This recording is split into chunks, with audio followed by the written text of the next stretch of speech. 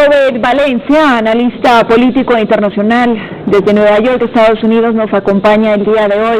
Gracias por estar con nosotros, Robert. Bienvenido. A ustedes, muchas gracias por la invitación.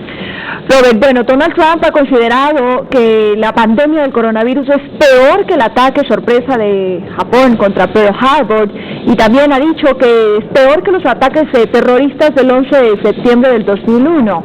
Esas han sido como sus últimas declaraciones.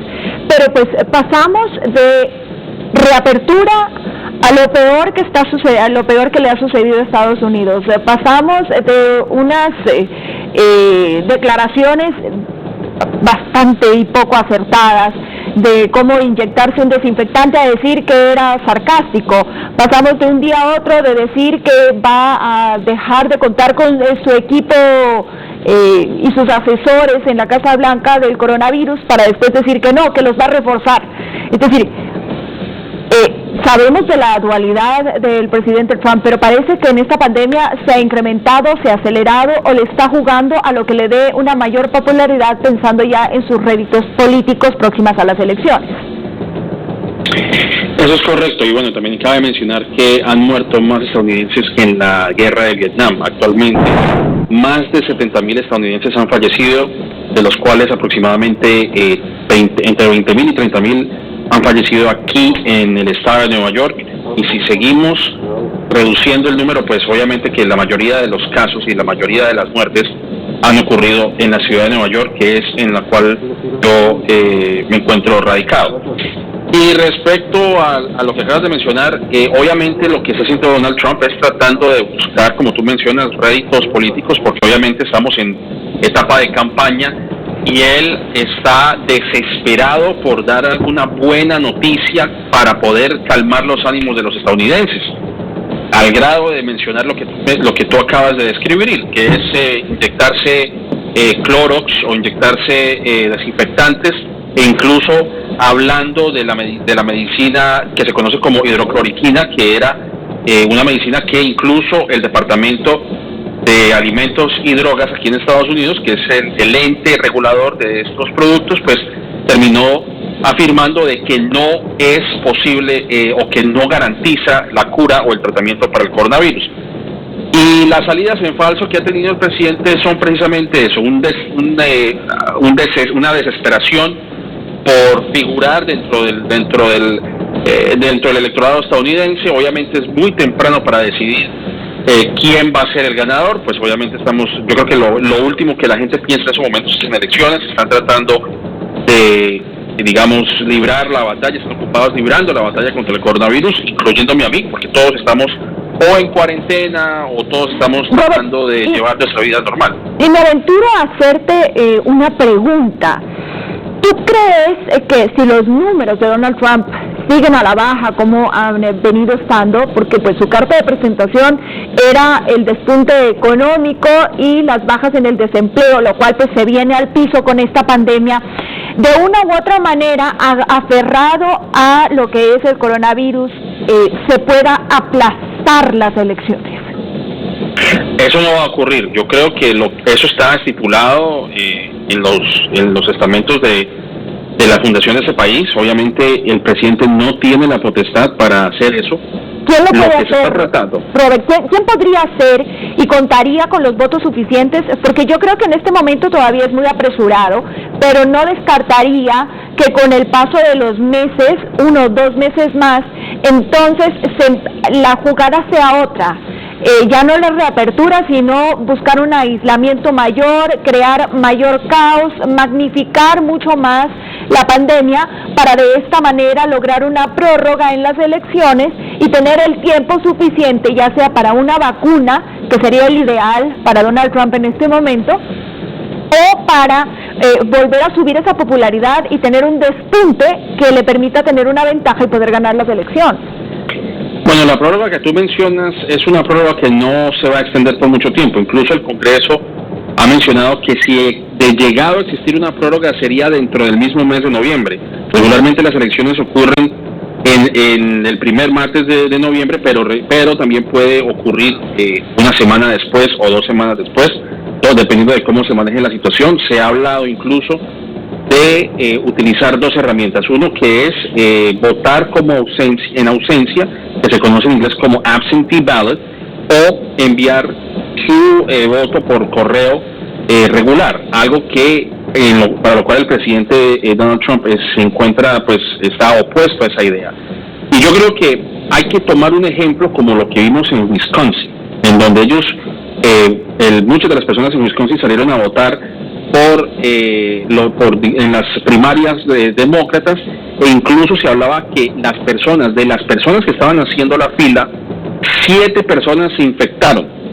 O sea, y estamos hablando que solamente el estado de Wisconsin, y imaginémonos ese escenario en todo el país, y todo repunta a que pueda surgir nuevamente otro contagio, otro brote de aquí al otoño. Estamos hablando de septiembre, octubre, noviembre.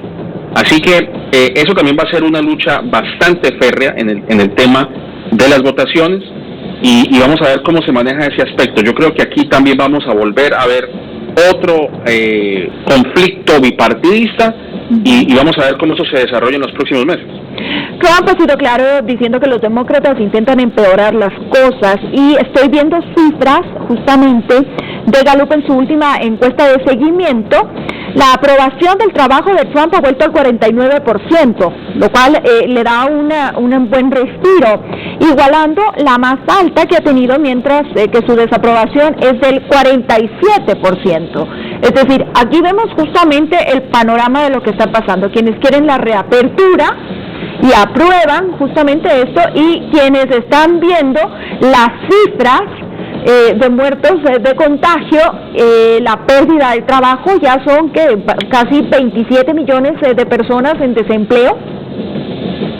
Son 30 millones de personas, de hecho, en desempleo, según los recientes números. Y yo creo que obviamente aquí vamos a ver qué tan inteligentes van a ser los demócratas para recordarle a la población, porque hay que decirlo, la población es de una memoria muy corta. Nadie habla del impeachment, una cosa que sucedió hace aproximadamente 4 meses, 5 meses, ya nadie habla de eso.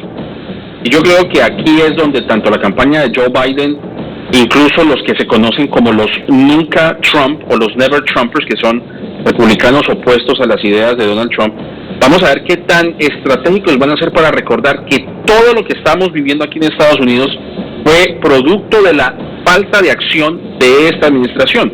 Hay que recordar que hay una organización aquí en Estados Unidos que se llama The Lincoln Project, que sacó un comercial de televisión en donde señala de forma puntual todos los errores que cometió Donald Trump. Y tú, como lo mencionaste al inicio de esta emisión, se cerraron todas las conexiones aéreas con China, pero no se cerraron las conexiones aéreas con Europa, que fue el lugar en donde, por lo menos el rastreo que se ha hecho de esta enfermedad, llegó a Nueva York. Así que ese aviso, por ejemplo, ese comercial ha sido totalmente devastador para Donald Trump, al grado que el mismo Donald Trump tomó, obviamente, como siempre lo hace, Twitter como su púlpito para atacar ese comercial. Yo creo que todo depende de cómo la campaña de Joe Biden se empeñe en recordarle a los estadounidenses, uno, el desmembramiento del equipo que había en China, del centro de control para enfermedades que había allá, el hecho de que numerosas ocasiones se le advirtió al presidente de que había un brote que provenía de la China, y aún así no hizo nada. Tomó prácticamente meses cuando ya empezamos a registrar los primeros casos, y ahora estamos en la situación en la que nos encontramos, en donde todavía sigue en ascenso las enfermedades. De hecho, se había registrado una baja en los casos la semana pasada y volvió a repuntar en todos Estados Unidos. Como tú bien lo mencionas, estamos hablando de reabrir el país, una cosa que es una locura realmente. Vamos a ver cómo surge todo esto, pero obviamente Trump está en un momento de desesperación porque sabe que no está en una muy buena posición para ser reelegido, por lo menos hasta la fecha de hoy. Robert, bueno, vamos a ir viendo cómo se decantan las encuestas y el nivel de aceptación. Lastimosamente, las encuestas y el nivel de aceptación del presidente Trump serán las directrices para saber cuáles van a ser las medidas que tome. Es decir, va a prevalecer su campaña política por sobre la economía y por sobre la salud incluso. Es así. Yo creo que incluso hoy había hecho una declaración que yo creo que a cualquiera deja completamente deslumbrado, y no en el sentido positivo. Incluso el presidente Trump había dicho que tocaba volver a desarticular el Obamacare, que es el programa de servicio médico para muchas personas que no tienen cómo pagar un servicio premium de seguro médico. Y yo creo que aquí eso va a ser un punto coyuntural, porque hay que ver lo siguiente: de acuerdo con algunas cifras, la mayoría de las personas que han reportado, o por lo menos las personas que viven en ciertas áreas urbanas en Estados Unidos, que son los que más registran casos, no tienen seguro médico. Y si lo tenían a través de su empleador, de su patrón, de la compañía a la que ellos servían. Y volvemos al mismo tema: 30 millones de estadounidenses, claro, en donde están se pueden debatir entre la vida y la muerte, porque no tienen o no van a tener un seguro médico si no tienen cómo costearlo. Exacto. Entonces eso yo creo que aumentaría aún más, no solamente las probabilidades de muerte, sino también el costo el costo de un servicio médico que muchos estadounidenses ni siquiera van a tener cómo costear porque no tienen trabajo. Claro que sí. Es un sistema totalmente insostenible. Robert, te quiero agradecer muchísimo por haber compartido este espacio. Robert Valencia, analista político internacional. Un buen día, cuídate. A ustedes, muchas gracias. Gracias, Robert. Y Trump está en una misión. Necesita avanzar, convencer al país de que ha guiado brillantemente a la nación a través de la peor del COVID-19, que encontrará una cura rápida y que el país se recuperará milagrosamente y que la vida volverá a la normalidad. Y todo esto lo debe hacer rápido.